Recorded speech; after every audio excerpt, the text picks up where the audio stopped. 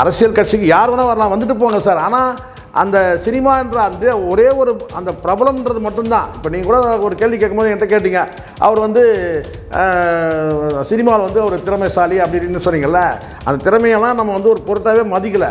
காரணம் அதெல்லாம் ஒரு திறமையே கிடையாது. அந்த படத்தெல்லாம் ஏதாவது ஒரு கருத்து இருக்கா? ஒரு மண்ணும் கிடையாது, கருத்தும் கிடையாது, ஒரு மண்ணும் கிடையாது.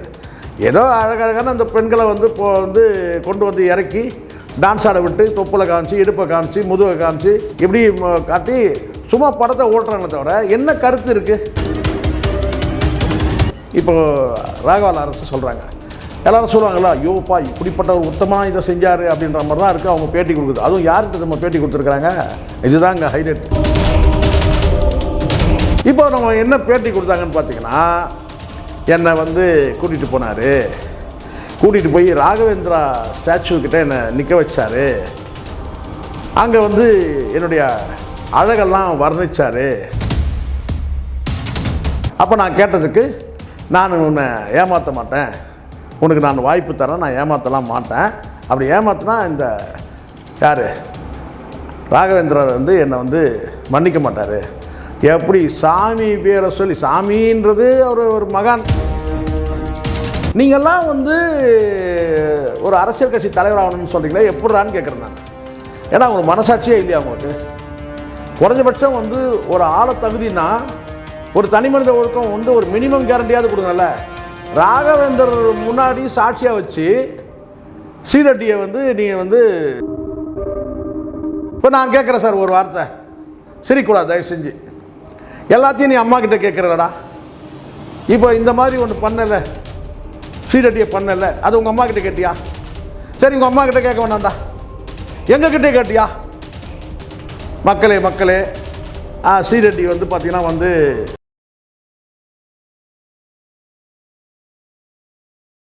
ஐயா வணக்கம். வணக்கம். இந்த ராகவா லாரன்ஸ் உங்களுக்கே தெரியும், இயக்குனர், நடிகர், டான்ஸ் மாஸ்டர், பல்வித திறமை கொண்டவர். சினிமாவை பொறுத்தவரை நல்லா நோட் பண்ணிங்க, சினிமாவை பொறுத்தவரை பல்வித திறமை கொண்டவர். அவர் சமீபத்தில் அரசியலுக்கு வரலாமா வேணாமா நீங்களே முடிவு பண்ணி சொல்லுங்கன்னு ஒரு கருத்தை வெளியிட்டார். அது பல ஆதரவும் கிடச்சிது, பல எதிர்ப்பும் கிடச்சிது. அதுக்கப்புறம் இதை தொடர்ந்து ஒரு ப்ரெஸ் மீட் கொடுத்தாரு.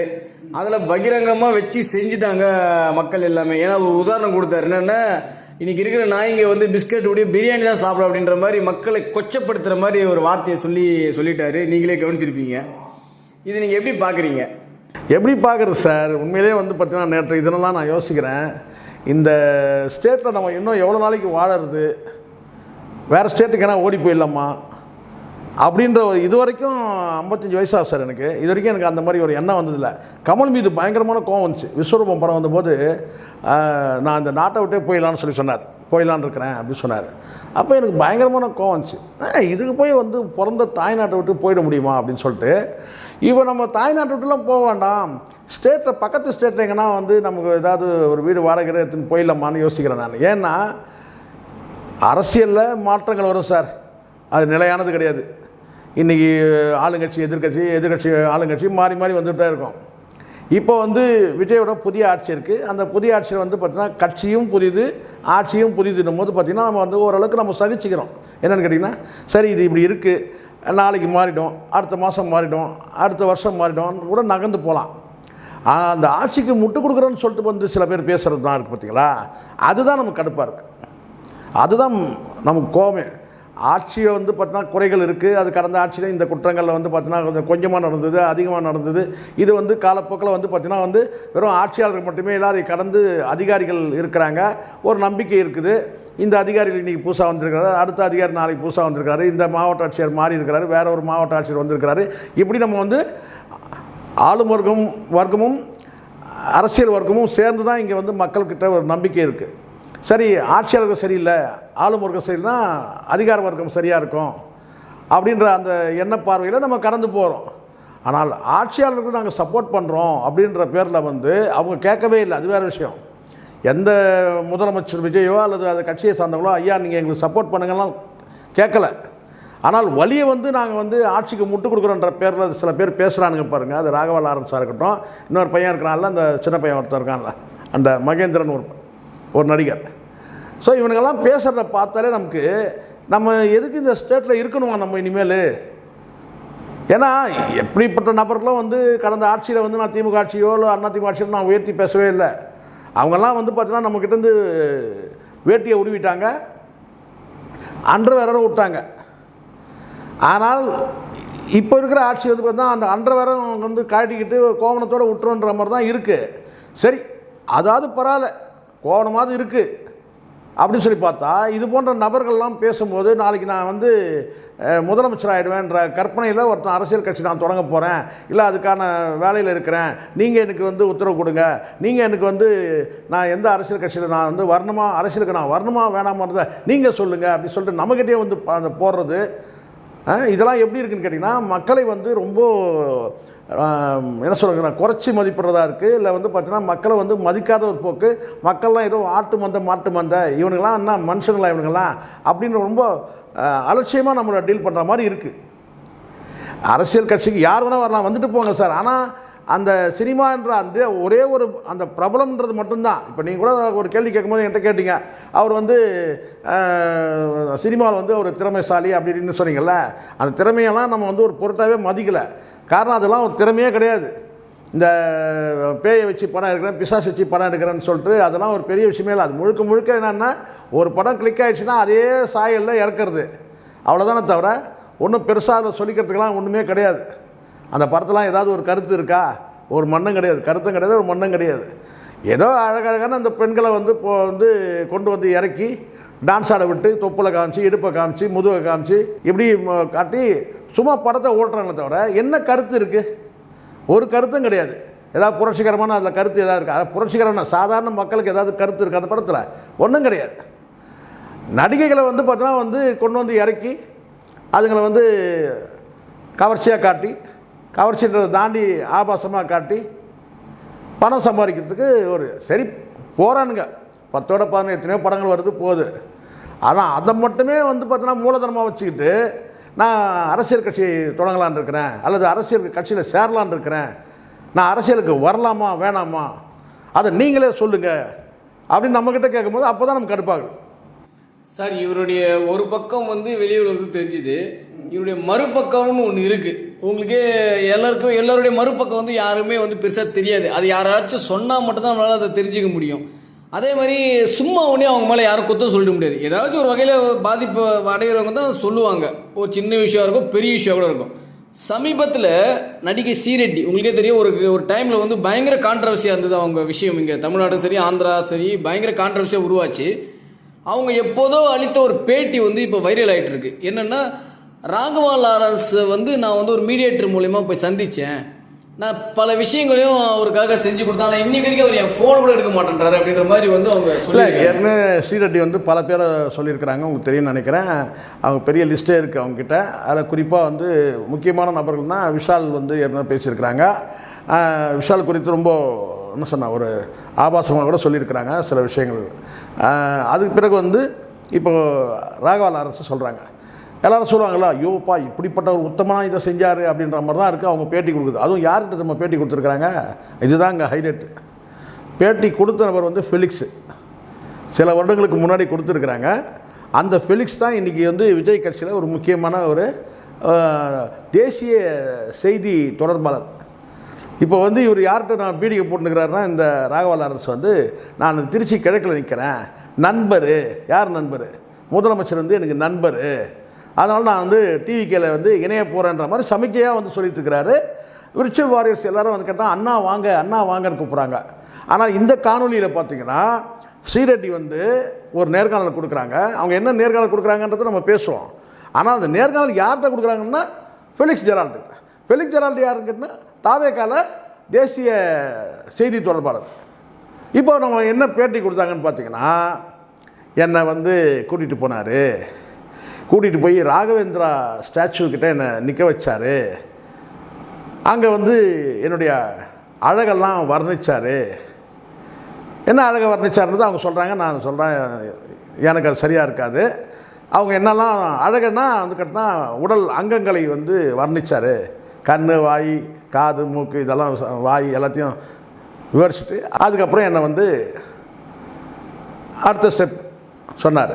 அப்போ நான் கேட்டதுக்கு, நான் உன்னை ஏமாற்ற மாட்டேன், உனக்கு நான் வாய்ப்பு தரேன், நான் ஏமாற்றலாம் மாட்டேன்.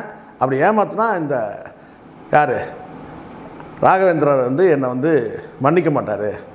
எப்படி சாமி பேரை சொல்லி, சாமின்றது ஒரு மகான். என்னை பொறுத்த வரைக்கும் வந்து அது இயேசுவாக இருக்கட்டும் அல்லது வந்து உயிரோடு வாழ்ந்த மனிதர்களாக வாழ்ந்து மறைந்தவர்கள் மகான்கள். என்னை பொறுத்த வரைக்கும் இயேசு வந்து மகானாக பார்க்குறேன், இல்லை புரட்சியாளராக நான் பார்க்குறேன் இயேசுவை. அதே மாதிரி இந்த ராகவேந்திரர்லாம் கிட்டத்தட்ட வந்து மக்களுக்கு தொண்டாற்றிய, ஏதோ ஒரு வகையில் தொண்டாற்றிய ஒரு மகான்கள். அவர் படத்தை காட்டி இது அது உங்களுக்கு ஒரு கதை தெரியும்னு நினைக்கிறேன். அந்த ராகவேந்திரர் அந்த கதை கூட பார்த்தீங்கன்னா ரஜினிகாந்த் அவர்கள் வந்து ஸ்ரீ ராகவேந்திரன் அந்த படத்தை நடித்த பிறகு அப்போ வந்து அந்த விளம்பரத்துக்காக போய் ஒட்டிக்கிட்டு இந்த லாரன்ஸ் என்ற பேர் வந்து மைனாரிட்டி நேமாக இருக்குன்னு சொல்லிட்டு அது வந்து ஒரு மெஜாரிட்டி இதுதான் நமக்கு நல்லது சொல்லிட்டு ராகவேந்திரர் வந்து ஒரு கிட்டத்தட்ட அவர் இந்து கடவுள் தானே, அவர் இந்து மகான் தான் அவர். அப்படி இருக்கும்போது அவர் பேரை சேர்த்து வச்சுக்கிட்டான். அப்போ போட்ட சீன் அது. எப்போ போட்டது? ராகவேந்திரர் படம் வந்து பார்த்தீங்கன்னா ரஜினி இது. அப்போ வந்து ராகவேந்திரர் குறித்து பல தேடுதல்கள் இருக்கும்போது அப்போ வந்து நான் ராகவேந்தர் பேர், அப்போ தான் ராகவா லாரன்ஸ்ன்றது ராகவா லாரன்ஸாக மாறினது. அப்போ தான் அந்த ராகவேந்திரரை சாட்சியாக வச்சே வந்து பார்த்தீங்கன்னா ஒரு பொண்ணை வந்து இவர் என்ன பண்ணியிருக்கிறாருன்றது அந்த அம்மாவை ஸ்டேட்மெண்ட்டாக சொல்கிறாங்க. எனக்கு வந்து ஸ்ரீரெட்டி மீது வந்து தனிப்பட்ட எதுவும் ஒப்பீனியன் எனக்கு கிடையாது. ஏன்னா அவங்க வந்து இவரை மட்டுமே இல்லை, இதுக்கு முன்னாடி பல நடிகர்களாக அவங்க சொல்லியிருக்கிறாங்க. அவங்களுடைய படங்கள் நான் பார்த்ததே, ஒரு படம் கூட அவங்க படம் பார்த்ததே கிடையாது. இதுதான் ஸ்ரீரெட்டின்றதை நம்ம இந்த இணையத்தில் பார்த்தா தெரிஞ்சதுனா அவங்க படம் நான் பார்த்ததே கிடையாது. ஒரு படம் கூட அவங்களுக்கு படம் பார்த்ததே கிடையாது. ஆனால் அவங்க ஏற்கனவே வந்து பல குற்றச்சாட்டுகள் சொல்லியிருக்கிறாங்க. ஒரு முறை கைது செய்யப்பட்டு கூட அவங்க வந்து சிறை போன அந்த தகவல் கூட இருக்குது. சரிங்களா? அதனால் வந்து இந்த நேர்காணல் வந்து இப்போ சொல்லப்பட்டது கிடையாது. அதுதான் நம்ம கவனத்தில் எடுத்துக்கணும். இந்த நேர்காணல் இப்போ சொல்லப்பட்டது கிடையாது. அந்தம்மா வந்து இதுக்கு முன்னாடியே வந்து நேர்காணல் கொடுத்துருக்குறாங்க. அது இப்போ வந்து வைரல் ஆகுது.